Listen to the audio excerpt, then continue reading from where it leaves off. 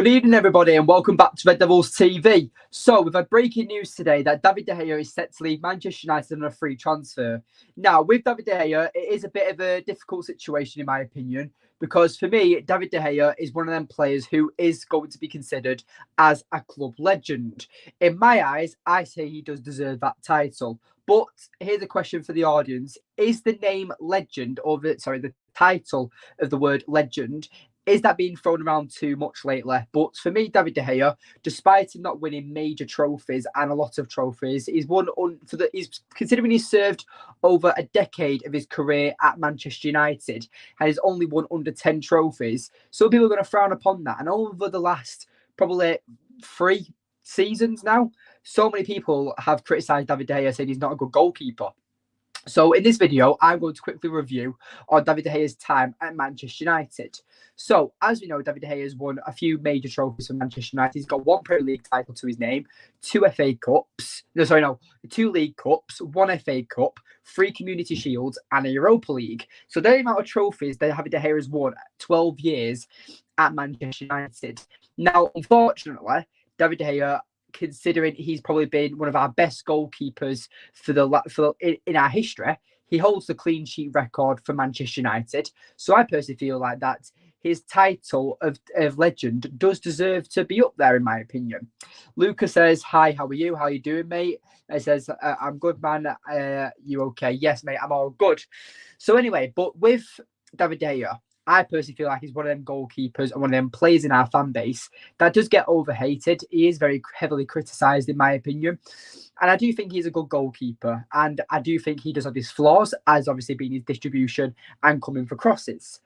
But you can't deny how good of an actual goalkeeper he actually is. And for me, I still rate him as one of the best shot stoppers in world football.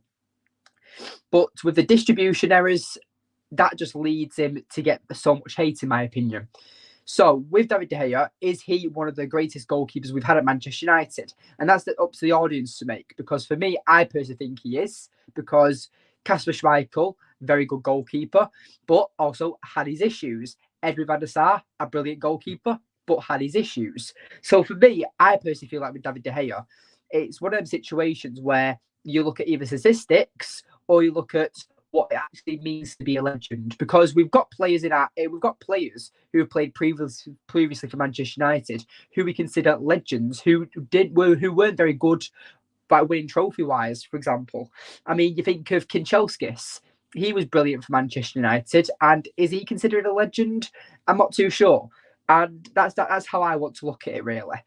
But realistically, with David De Gea, it's one of them situations where he's a great goalkeeper, but at the end, let's see what Simon has to say. Simon says that even De Gea has cat-like reactions, but he's not the full package, unfortunately. And that's pretty much it. And David De Gea is 32 now, so he is obviously past his prime. And goalkeepers do generally to have a more longevity type of career than outfield players. But David De Gea, for me, I just feel like that he's one of them goalkeepers and one of them players who does mean a lot to me, because obviously I've grown up watching. I watched late Edwin van der Sar and David De Gea throughout my childhood. So with David De Gea, he's kind of been the only goalkeeper I've watched in his prime. And I still think he's world class. I do. But the game's moved on, and it's evidently clear that the fans, the media, and some actual inside people of Manchester United do think it's time for a new goalkeeper.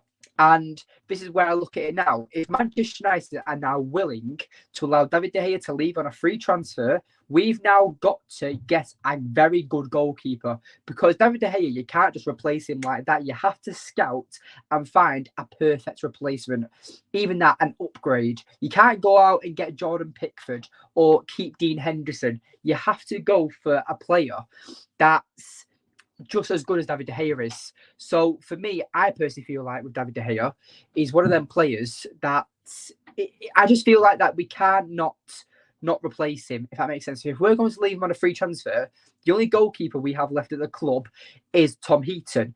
With Dean Henderson looking like he's going to Nottingham Forest, Tom Heaton is our only current goalkeeper available, plus the youngsters, the prospect goalkeepers.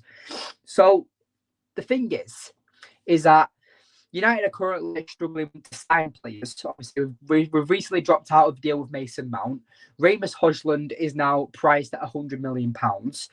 United's transfers are all over the place at the moment. Erik Ten Hag must be sat there with his hands in his head because he doesn't know how it's going to happen. But I'm pretty sure Erik Ten Hag knows what he wants. And I think that Erik Ten Hag would have had many conversations and sat down with David De Gea a bunch of times talking about David De Gea's future at Manchester United, about whether he's going to gain a new contract or not. And I personally feel like, obviously, this is breaking news. But at the end of the day, we've got to realise that things come to an end. And people, I've been critical of David De Gea when he's played poorly. I think back to the Seville game when we got kicked out of the Europa League and when we lost to West Ham 1-0 because of that Ben Rama howler shot. But with David De Gea, you cannot disrespect him, because I do feel like when you've served 12 years at the club, you've got to earn at least some respect to the fans. And I do feel like David De Gea, like I said, is very overly criticised in my opinion. But again, with David De Gea, I just feel like that he's one of them players that we just it's gutting, really. I don't know how else I explain it, because the perfect way to explain it is that when you have an old pet, and then the old pet needs to get put down because it's ill as it gets older, or it's getting too old and needs to be put down to let it lay bed to rest. You still love that dog, but it's time to let it go. And that's, I feel like, the best way to describe David De Gea, because he's been with us for 12 years. United fans have watched David De Gea between our goalposts for 12 years, and he's done very well, in my opinion. But with David De Gea as well, he's gained critics, and it kind of seems like David De Gea has earned a target on his back almost. And whenever we lose a game, it's always David De Gea's fault, is the way I see it, because David De Gea should be saving that. But if we're losing 1-0 or we're drawing 1-1, is that also down to David De Gea? Should David De Gea be the last man of defence? Yes, because he is stopping the goals from going in. But I think back to what Roy Keane said, because Roy Keane's been very critical of David De Gea for the last 3 seasons now. And he's turned around and said such like, I'm sick to death of this goalkeeper. Why is Ole Gunnar Solskjaer still picking him? Or why is Erik Ten Hag still picking him? This, and this. Roy Keane literally had one of the most egotistical goalkeepers in his team, which was Kasper Schmeichel. Sorry, not Kasper Schmeichel, Peter Schmeichel. That's his son. But with Peter Schmeichel, from what my granddad said, that Peter Schmeichel was one of them goalkeepers that was absolutely exceptional. But he was also had that attitude that he shouldn't have to be saving anything because his defence should be doing it for him. That's what my granddad says. And I don't know whether that's true or not. But for me, I personally feel like with David De Gea, with Peter Schmeichel, Roy Keane just can't criticise David De Gea, in my opinion, because when they play, like I said, Roy Keane goes on about loyalty at Manchester United. I mean, I think back to when Jamie Carragher and Roy Keane did the combined 11 for the Champions League winning side Liverpool side when they were actually good, and the 99 treble side for Manchester United. Now, this kind of happens a lot recently. The Liverpool and Man Cities of recent times always get compared to the 99 team for some reason, because it kind of feels like the 99 team is the best ever, and everyone wants to be as good as ever, do the achievements that they have done. And obviously Man City in the previous season have gone and won the treble. But anyway, talking about the Jamie Carragher and Roy Keane situation, in the treble winning season, Ryan Giggs only scored 4 goals, and Sadio Mane was on about 21 goals, I think it was. And Jamie Carragher made that point saying that, look, Sadio Mane got 21 goals already this season. The season's not already over. Ryan Giggs only got a total of 4 goals. Sadio Mane needs to go in. And Roy Keane turned around and said, for me, it's Ryan Giggs, because I know what he did on and off the ball, which is what made us win games. And I'm loyal to my teammates. But since Roy Keane's become a pundit, and a modern day pundit in that fact, he's kind of gone heavy when it comes to criticism on certain players. You think back to Harry Maguire, David De Gea, Fred. You think of all these players that have had blunders, and issues at Manchester United. But Roy Keane always calls them out very easily and always calls them out almost. But when his teammates like Ole Gunnar Solskjaer, who was a terrible manager, Roy Keane never called them out. And this is where the frustration and hypocrisy relies on the media and the pundits in my eyes, because, like I said, Roy Keane, an absolute legend of the club, but he's a massive hypocrite. He turns around and says that he's got loyalty to his teammates, he's got loyalty towards Manchester United, but again, I'll just use a perfect example. Roy Keane will criticise the modern day players like Bruno Fernandes for his petulant and moaning. Roy Keane did the exact same, just with 100 times more aggression, screaming at the refs and stuff. So when Bruno Fernandes is doing this and moaning at the refs, Roy Keane's there like redder than the United shirt, screaming at the refs, saying he should be sent off, this, and this. What's the difference? And that's what I talk about with the pundits and the hypocrisy. So with Roy Keane, when he criticised players like David De Gea, who I just want him to think twice, is all I'm trying to say. And I love Roy Keane. I think he's an amazing player, an amazing legend for Manchester United. But this is where the issue of ex-players in the media have my issues, because for me, Paul Scholes is probably the best pundit in my eyes because he's the most real. Paul Scholes doesn't care whether it's an ex-teammate or a player he's never played with. He will give the full criticism and the full detail that you want to hear as a fan. He gives his opinion, but gives it in a modern day fact that is intellectual and gets his point across at the same time, which is what makes it the perfect pundit. And he doesn't hide away behind favoritism and relations with certain players. Simon turns around and says that you best hope Erik Ten Hag has done his homework then. And yes, I do hope, because I believe that Erik Ten Hag has given his list on who he wants for Manchester United.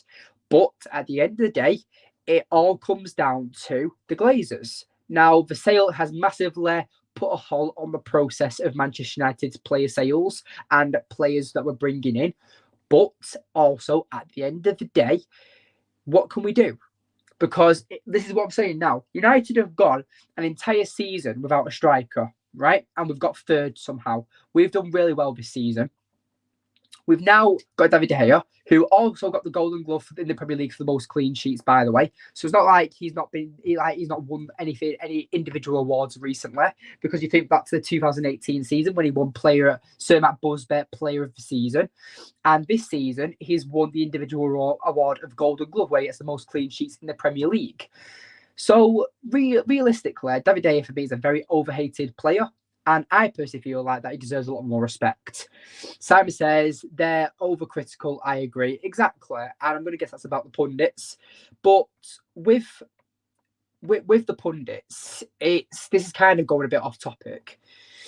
But they kind of get the wrong people on TV nowadays. And I'm not saying people like Gary Neville, Roy Keane and all these. I'm talking about Gary Neville's actual show, The Overlap, because you see the same people on it all the time.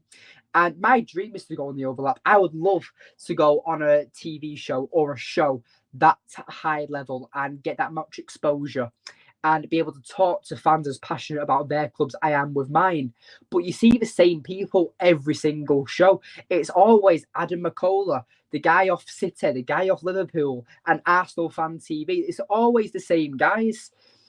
I would personally love to represent Manchester United on The Overlap and be able to talk to Gary Neville and Jamie Carragher and get in-depth analysis about why they talk about their opinions. Because on TV, yes, they have to make headlines, and yes, they have to seem outrageous, because sometimes they have to, like I said, they have to make headlines, but sometimes they don't get the chance to actually explain their decisions and their opinions properly. And this is where I feel like that I don't want to actually feel hate towards these ex-legends and these pundits of the game.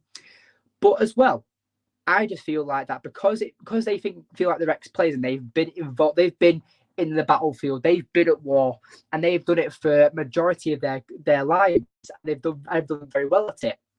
But look at Ole Gunnar Solskjaer. He's a perfect way. A brilliant player on the pitch, but wasn't a very good manager. And I could honestly say that brilliant players who have played the game have played the game, if you think of Graham Souness. But Graham Souness, there you go, perfect example. Brilliant footballer, could be seen as a bit of a thug, but one of the most shittest pundits I've ever seen on a TV. And Graham Souness has been a legend throughout Sky Sports. And I think he's a very good pundit at times. But again, he's one of them players that always says, I played the game. I played the game. You know, Bruno Fernandes, not a true leader. Obviously, I think back to Robbie Fowler, Ian Rush. You know, I played the game. Shut up, you knob. But again, Gary Neville just turns around and goes, well, you know, I played right back, you see. Like, we shouldn't be getting beat like that. This and this. And like Gary Neville, you were a failed winger, then you were a failed midfielder, then you were a failed centre-back, so then you got moved back to right-back. And that's why Jamie Carragher turns around and goes, no one wants to be a Gary Neville, because Gary Neville's even been open about it, that obviously when he was younger, he was dynamite growing up. And then he said it kind of ruins your dreams when you realise you're not good enough for the position you've always played in. And then what happens is that you get moved back into the pitch and eventually you find a spot because you are good enough, but you know, you have to develop in that role. So that's where I kind of want to show that. And this has gone completely off topic. But with David De Gea, I personally feel like he deserves a lot more respect in our fan base. And at the end of the day, David De Gea, for me, just wherever he goes, whether it's a Premier League club, whether it's Saudi Arabia, because Saudi Arabia seem to be picking up a lot of good players. Think of Benzema, N'Golo Kante. They're looking at a lot of good players. Ziyech from Chelsea is looking like he's going now. So David De Gea could be another player on the way to Saudi Arabia. I'm not too sure, but only time will tell. But for David De Gea, the young Spanish goalkeeper that came to us as a kid and left as a man, all I've got to say is I have massive respect for him for what he did for our football club. But anyway, that's been the video. Make sure you leave a like on the video and subscribe if you are new. We are currently, I think, 10 subscribers away from 700 subscribers. So please subscribe, share the video, and let's try and get 700 subscribers by the end of the week. Obviously, it's Father's Day tomorrow. So happy Father's Day to all the dads out there. And obviously, we're going to do another video tomorrow. So stay tuned for that. Anyway, thank you for watching. I've been your host.